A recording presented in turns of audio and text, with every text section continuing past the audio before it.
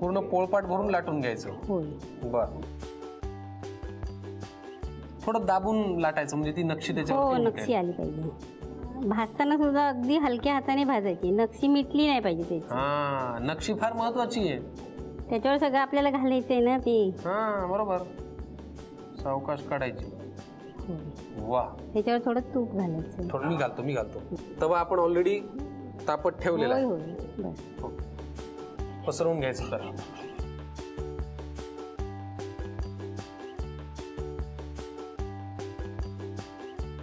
बरं, ही पोळी भाजता भाजता मला सांगा, मगाशी तुम्ही आम्हाला म्हणालात की तुम्ही झाडं लावण्याची तुम्हाला एक आवड आहे आणि त्यात तुम्ही रमता, वर्षाला किमान 5 झाडं लावता.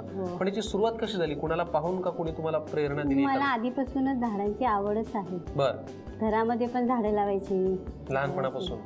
पण माझ्या घरामध्ये झाडं राहतच नाही. उंदीर असल्यामुळे ते नाही राहत गॅलरीमध्ये. म्हणून मग मी बाहेर लावायला चालू केली, इकडे नाही तर इकडे असं. बर, मग ते करता करता आवडही निर्माण झाली. होय. वा, आता ही दोन्ही बाजूनी भाजून घ्यायची. एका बाजूनी तर झालीये.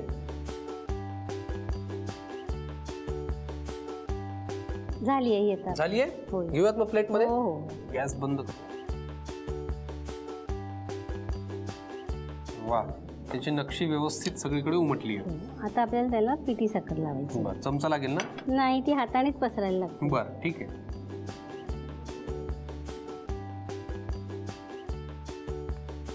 पिठी साखर आपण घातली.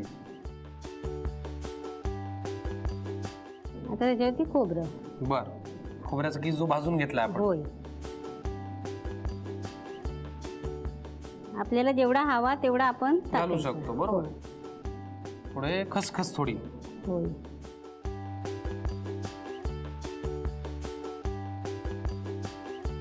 बरं, समजा ही डिझाईन आता आपण खालच्या बाजूनी पण केली तर नाही होत ना, ती वरची जाणार ना, खालच्या बाजूने एकाच बाजूने आहे. हा, नाही बरोबर. पण आपण आता ही आज जी आपण केली वरच्या बाजूला ती दिसणार नाही या सगळ्या लेअर मुळे. नाही, पण ती आपल्याला साखर त्याला चिटकायला पाहिजे. असेच तुम्ही चपातीवर ठेवलं तर साखर राहणार नाही ना, पडून जाईल खाली, पडून जाणार. म्हणून त्याच्यासाठी आहे ते. म्हणजे त्या डिझाईनचे 2 पर्पज आहेत. एक तर ते छान दिसावं म्हणून आहेच आहे, पण त्या रेषांमध्ये सगळं सारण बसावं. बरोबर. परफेक्ट. पुढे त्याच्यावर तूप घालायचं आपल्याला. हे मात्र मी घालतो बघा. हो, खूप असं घालूया. हो, हवं तेवढं. हे आधीच करून ठेवलं तर अजून जास्त चांगलं लागतं. तूप त्याच्यामध्ये मुरतं. पुरं इतकं तो बघा, तुम्हाला हवं तेवढं. बस, मला एवढं पुरेसं आहे. हो, झाली रेसिपी तयार. हो, नक्की. वाह, क्या बात है. गोड रेसिपी आहे, चोंगे असं याला म्हणतात. बरोबर. आम्ही हे छान तयार करून घेतलेलं आहे. पटकन लिहून घ्या साहित्य आणि कृती.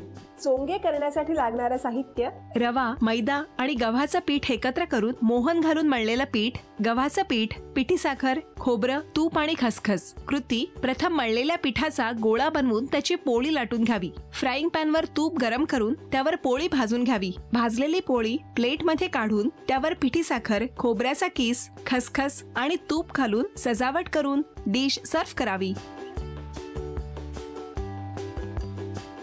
सफरचंदाचे काप नीट परतल्यानंतर त्यामध्ये दालचिनी पूड आणि मध घालून पुन्हा नीट परतून घ्यावं. बटर लावलेल्या ब्रेडवर सफरचंदाचे तुकडे, बदामाचे तुकडे, टुटी फ्रुटी, डार्क चॉकलेट आणि मीठ घालून दुसरा ब्रेडचा तुकडा त्यावर ठेवून वरच्या बाजूला बटर लावून घ्यावं. एका बाउलमध्ये स्ट्रॉबेरी सिरप आणि क्रीम घालून सॉस तयार करून घ्यावा. तयार सँडविच पॅन मध्ये बटरवर ग्रिल करून घ्यावं आणि स्ट्रॉबेरी सॉस बरोबर सर्व्ह करावं.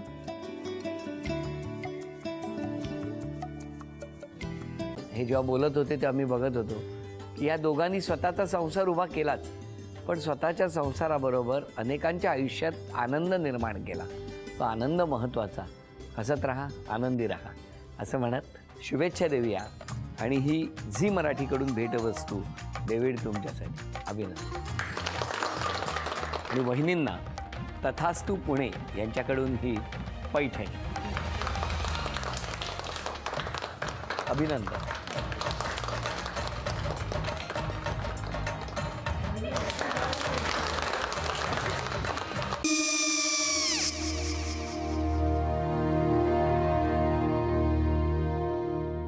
काय गो? काय झालं? काय झालं? काय आले, मी निकाल लावून आली. हो, पण तिची आईच काय बोलली? तिला वाटलं का सगळ्या निशाने आपल्या चुका कबूल केल्या का? आई, मी चांगलं सुनावून आली आहे.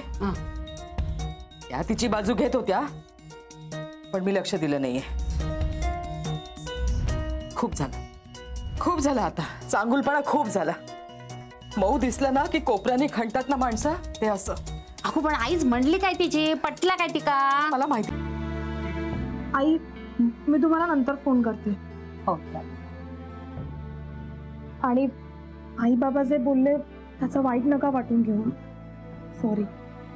सॉरी काय त्या? नेहा आले. आई मी येते. होय काकू येते.